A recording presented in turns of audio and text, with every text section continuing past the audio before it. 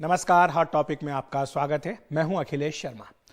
प्रधानमंत्री नरेंद्र मोदी को लेकर अभद्र टिप्पणी के मामले में गिरफ्तार कांग्रेस के प्रवक्ता पवन खेड़ा को अंतरिम जमानत मिल गई है और वो असम पुलिस की कैद से आजाद हो गए। आज गिरफ्तारी के बाद कांग्रेस ने सुप्रीम कोर्ट में अपील की थी, जहां से पवन खेड़ा को यह राहत मिली है। आपको बताते हैं कि आज पूरे दिन पवन खेड़ा को लेकर क्या हुआ। ये पूरे दिन high voltage drama Pawan Khera को लेकर चलता रहा। 12:30 बजे पवन खेड़ा रायपुर जाने के लिए एयरपोर्ट पर पहुंचे।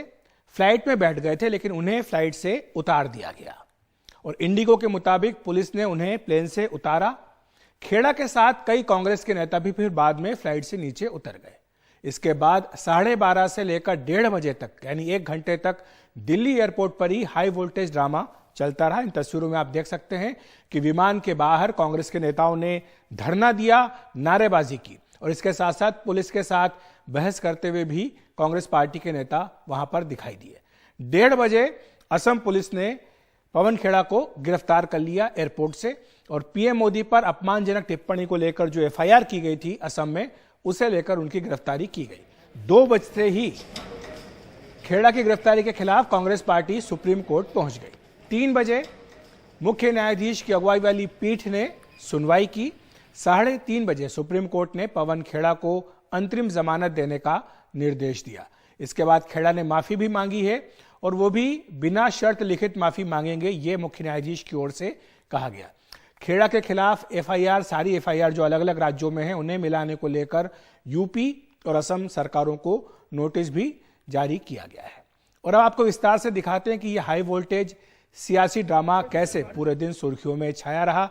कल से कांग्रेस पार्टी का रायपुर में कांग्रेस का जो अधिवेशन है वो शुरू हो रहा है और उसके लिए पवन खेड़ा और बाकी नेता आज जब सुबह फ्लाइट में बैठे तो पुलिस वहां पर पहुंच गई। पवन खेड़ा को प्लेन से उतरने को कहा गया। विमान के भीतर ही कांग्रेस के नेताओं और पुलिस में बहस चली। कांग्रेस नेताओं ने कहा कि खेड़ा को प्लेन से उतारने का क्या कारण है, यह बताया जाए। इस पर असम पुलिस ने कहा कि हम केवल प्रक्रिया का पालन कर रहे हैं। आप तस्वीरों में देख सकते हैं, फ्लाइट के अंदर ये जो पूरा ड्रामा चला है वो तस्वीरें आप देख सकते हैं। ये इंडिगो की फ्लाइट थी जो कि दिल्ली से रायपुर जा रही थी। इसमें केसी वेणुगोपाल वो भी दिखाई दे रहे हैं, अन्य जो कांग्रेस के नेता हैं वो भी इसमें दिखाई दे रहे हैं। इसके बाद पवन खेड़ा को हवाई जहाज से नीचे उतार दिया गया। उनके साथ जो कांग्रेस के बाकी नेता थे वो भी विरोध के प्रदर्शन के तौर पर नीचे उतर गए और आप इन तस्वीरों में देख सकते हैं कि ये बहस जो है असम पुलिस के अधिकारियों के साथ यहां चल रही है और कांग्रेस के तमाम नेता प्लेन से उतरकर वहीं धरने पर बैठ गए। यहीं पर उन्होंने करीब 1 घंटे तक धरना दिया और नारेबाजी भी वो करते रहे। दिल्ली एयरपोर्ट पर कांग्रेस और पुलिस के बीच में बहस भी काफी देर तक चलती रही। कांग्रेस नेताओं का कहना था कि पुलिस इस तरह किसी को कैसे रोक सकती है। इस पर असम पुलिस ने कहा कि पवन खेड़ा पर एफआईआर है, हम केवल अपना काम करने के लिए यहां पर आए हैं। इसके बाद पुलिस जो है, इन तस्वीरों में आप देख सकते हैं कि पवन खेड़ा को लेकर एयरपोर्ट से निकल गई। बाद में असम पुलिस जब पवन खेड़ा को गिरफ्तार करके दिल्ली एयरपोर्ट से निकली तो उन्होंने ये कहा कि ये लंबी लड़ाई है और वो इसके लिए तैयार है। आइए सुन लेते हैं। जी, अभी देखते हैं, ये लंबी लड़ाई है, लड़ने को तैयार है। एक मिनट, लड़ाई है, लड़नी पड़ेगी। ये पवन जी साफ कह रहे हो। ये देखिए यहाँ से चला रहे हैं, देखते हैं क्या कार्रवाई है। इस मामले में ले जाया जा रहा है। देखते हैं, अभी सारी जानकारी मिलेगी आपको भी। कौन-कौन लोग थे अंदर, कौन-कौन थे? कोई ऑर्डर दिया सर? वहीं बीजेपी के गौरव भाटिया ने कहा कि यह एक सामान्य जो कानूनी कार्यवाही है उसका हिस्सा है। आइए सुन लेते हैं। ये खबर चल रही थी, कांग्रेस पार्टी के राष्ट्रीय प्रवक्ता जिन्होंने अमर्यादित भाषा का इस्तेमाल किया था देश के आदरणीय प्रधानमंत्री जी के लिए, उनके खिलाफ कार्रवाई की खबर आ रही है। और बड़ी जिम्मेदारी से एक बात यहां बिल्कुल स्पष्ट कर दें, जो भी कार्रवाई होती है वो देश के संविधान और कानून के तहत होती है और किसी भी व्यक्ति को यह गलतफहमी नहीं होनी चाहिए कि वो देश के कानून से ऊपर है। पहले आप अमर्यादित भाषा बोलेंगे, देश के यशस्वी प्रधानमंत्री को गाली देंगे, उनके परिवार के सदस्यों के बारे में अपशब्द कहेंगे और उसके बाद विक्टिम कार्ड खेलेंगे। ये ओछी घटिया राजनीति केवल कांग्रेस पार्टी ही कर सकती है। और असम पुलिस ने पवन खेड़ा को गिरफ्तार करने से पहले उनका मेडिकल भी कराया। इसके बाद दिल्ली के द्वारका कोर्ट में उन्हें पेश किया। सुप्रीम कोर्ट ने निर्देश जो दिया था उसके मुताबिक 30,000 के बॉन्ड पर अंतरिम जमानत मिल गई। छूटने के बाद पवन खेड़ा ने एनडीटीवी से बातचीत की। उन्होंने कहा कि ये लोकतंत्र की जीत है।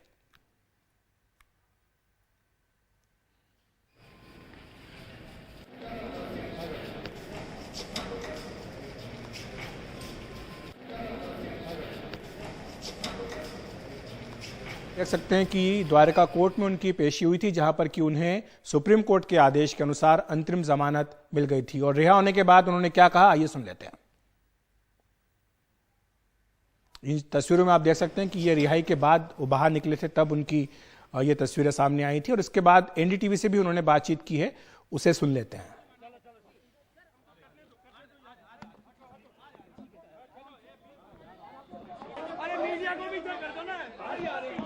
बहरहाल वो बातचीत हम आपको आगे सुनवाएंगे, लेकिन उसमें उन्होंने ये कहा कि ये लोकतंत्र की जीत है।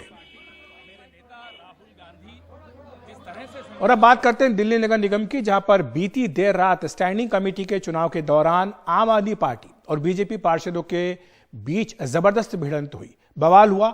और इस तरह की तस्वीरें देखने को मिली जो लोकतंत्र के लिए और दिल्ली के लिए कहीं से भी सेहतमंद नहीं कही जा सकती है। इस सारे बवाल का कारण था मोबाइल फोन। शरद शर्मा की रिपोर्ट।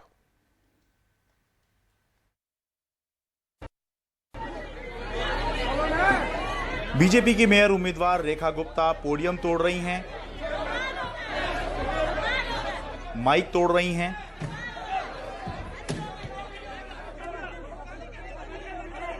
आम आदमी पार्टी के पार्षद देवेंद्र कुमार बीजेपी पार्षद प्रमोद गुप्ता को थप्पड़ मार रहे हैं। आप और बीजेपी के पार्षद एक दूसरे को खींच खींच के पानी की बोतलें मार रहे हैं। इस हमले से बचने के लिए महिला पार्षद टेबल के नीचे छुप रही हैं। सदन के वेल में आकर धक्का मुक्की और नारेबाजी ये तो आम बात रही।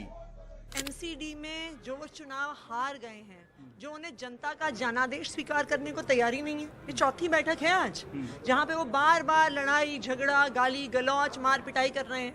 सुप्रीम कोर्ट के आदेश पे आज मेयर डिप्टी मेयर का चुनाव हुआ, पर जैसे ही स्टैंडिंग कमेटी का चुनाव शुरू हुआ, लड़ाई झगड़ा नारेबाजी गाली गलौच। ताड़ी कभी एक हाथ से नहीं बजती है, लेकिन उनके पार्षदों ने आगे शुरुआत की, पहले असभ्य भाषा का प्रयोग किया, फिर गाली गलौज की।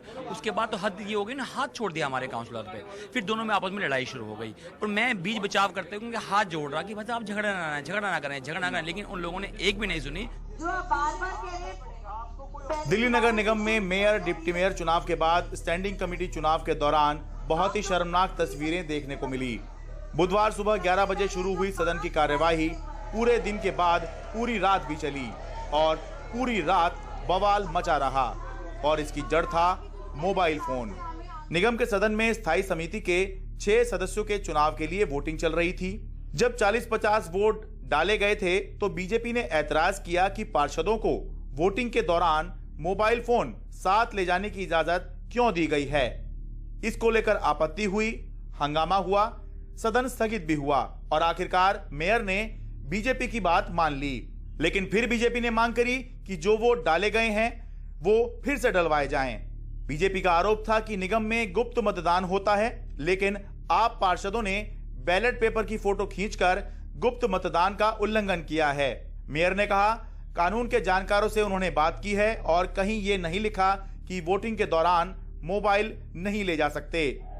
तो बस बीजेपी फिर से शुरू से वोटिंग कराने की मांग पर अड़ी रही। आम आदमी पार्टी कहती रही जहां पर वोटिंग रुकी थी वहीं से शुरू होगी। गतिरोध बना रहा और केवल एक मोबाइल फोन के मुद्दे पर बवाल मचा रहा। बार बार मुद्दा वो मोबाइल फोन का उठा रहे थे, वो बिल्कुल अवैध था। क्योंकि पहले भी और अभी जैसे संजय भैया ने बोला कि पिछले दिसंबर में जो 2022 में एमसीडी के जो चुनाव हुए थे, तब भी इलेक्शन कमीशन ने कहा था मोबाइल फोन अंदर ले जाना बैन नहीं है, बेशर्ते वो साइलेंट होना चाहिए। जो भाजपा के सदस्य हैं उन्होंने देखा कि ये तो सीक्रेट बैलेट का वॉयलेशन हो रहा है। लोग फोटो खींच करके बाहर ला रहे हैं, व्हाट्सएप कर रहे हैं। आतिशी का मोबाइल मंगाइए, व्हाट्सएप किए गए सीक्रेट बैलेट के वोट। वोटर ने वोट डाल के आतिशी को और इनके बड़े नेताओं को स्क्रीनशॉट भेजे हैं, तो वॉयलेशन हो गई। रुके न जो झुके न जो, दबे न जो, मिटे न जो, हम वो इंकलाब है। अकेले इस मुद्दे को लेकर 13 बार सदन स्थगित हुआ। बुधवार सुबह 11 बजे शुरू हुआ सदन गुरुवार सुबह 10 बजे तक चलता रहा।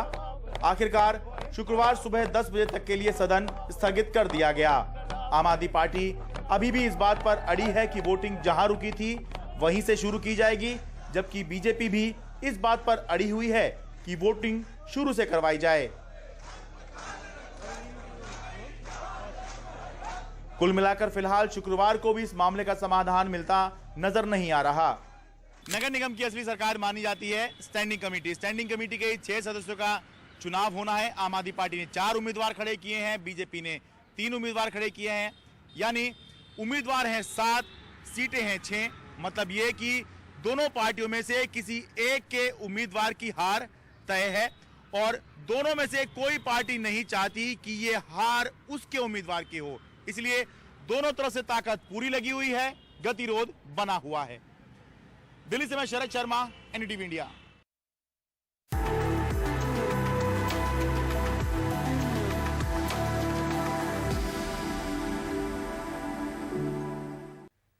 कवि और कथावाचक कुमार विश्वास से मध्य प्रदेश में बीजेपी नेता नाराज हैं। दरअसल उज्जैन में रामकथा करने पहुंचे कुमार विश्वास ने राष्ट्रीय स्वयंसेवक संघ यानी आरएसएस को अनपढ़ और वामपंथियों को कुपढ़ के दिया। बाद में इस पर सफाई दी, लेकिन सत्तारूढ़ बीजेपी के नेताओं को सफाई पसंद नहीं आई। आज से 4-5 साल पहले एक दिन बजट आने वाला था। मैं अपने घर में स्टूडियो पे खड़ा था, कुछ रिकॉर्डिंग कर रहा था। एक बच्चे ने मोबाइल ऑन कर दिया। वो बच्चा हमारे साथ काम करता है, संघ में काम करता है, राष्ट्रीय स्वयंसेवक संघ में। तो मुझसे बोला कि भैया बजट आ रहा है, कैसा आना चाहिए। मैंने कहा तुमने तो राम राज्य की सरकार बनाई है, तो राम राज्य का बजट आना चाहिए। तो बोला राम राज्य में कहां बजट होता था। तो मैंने कहा समस्या तुम्हारी यही है कि वामपंथी तो कुपढ़ हैं और तुम अनपढ़ हो। उज्जैन में कवि कुमार विश्वास आए हैं रामकथा कहने, लेकिन कुपढ़ और अनपढ़ के फेर में फंस गए। जब मंच से वो कुपढ़ अनपढ़ की कथा बांच रहे थे, तब वहां उच्च शिक्षा मंत्री मोहन यादव और उज्जैन से बीजेपी सांसद अनिल फिरोजिया भी मौजूद थे। बयान पर विवाद बढ़ने के बाद कुमार विश्वास ने माफी मांग ली। आपकी इस सामान्य बुद्धि में अगर ये प्रसंग किसी और तरीके से चला गया है तो उसके लिए मुझे माफ करें। लेकिन तब तक बीजेपी नेता कुमार विश्वास के पोस्टर फाड़ने लगे। अद्रजल गगरी छलकत जाए, ये जो डॉक्टर कुमार विश्वास है ना, ये इसी प्रकार के अल्पज्ञानी महाज्ञानी श्रेणी में आते हैं। ये श्री राम कथा करने आए हैं उज्जैन में, और ये श्री राम कथा छोड़ के बाकी सब काम करेंगे या उज्जैन की धरती पे। ये प्रमाण पत्र बांट रहे। अरे भैया, आपके प्रमाण पत्र की किसी की आवश्यकता नहीं है। आप अपना प्रमाण पत्र अपने पास रखो। आप उज्जैन में आए हैं, उज्जैन के हिसाब से मर्यादित आचरण करिए, मर्यादा में राम कथा करिए। समुद्र को पता नहीं चलता। उज्जैन में विक्रमोत्सव कार्यक्रम के तहत 21 से 23 फरवरी तक रामकथा का आयोजन किया गया है, जिसके लिए कुमार विश्वास को बुलावा भेजा गया था। 33 दिनों तक चलने वाले विक्रमोत्सव का आयोजन महाराजा विक्रमादित्य शोध पीठ ने किया है, जो मध्य प्रदेश सरकार के संस्कृति विभाग के अंतर्गत आता है। जाहिर सी बात है, कवि कुमार विश्वास को मध्य प्रदेश में सत्तारूढ़ बीजेपी के नेताओं ने ही बुलावा भेजा और अब उनके पोस्टर बीजेपी के नेता ही फाड़ रहे हैं। उज्जैन में अपने सहयोगी अजय और भोपाल से कैमरा पर्सन रिजवान खान के साथ अनुराग द्वारी, एनडीटीवी इंडिया। तो हॉट टॉपिक में इतना ही। नमस्कार।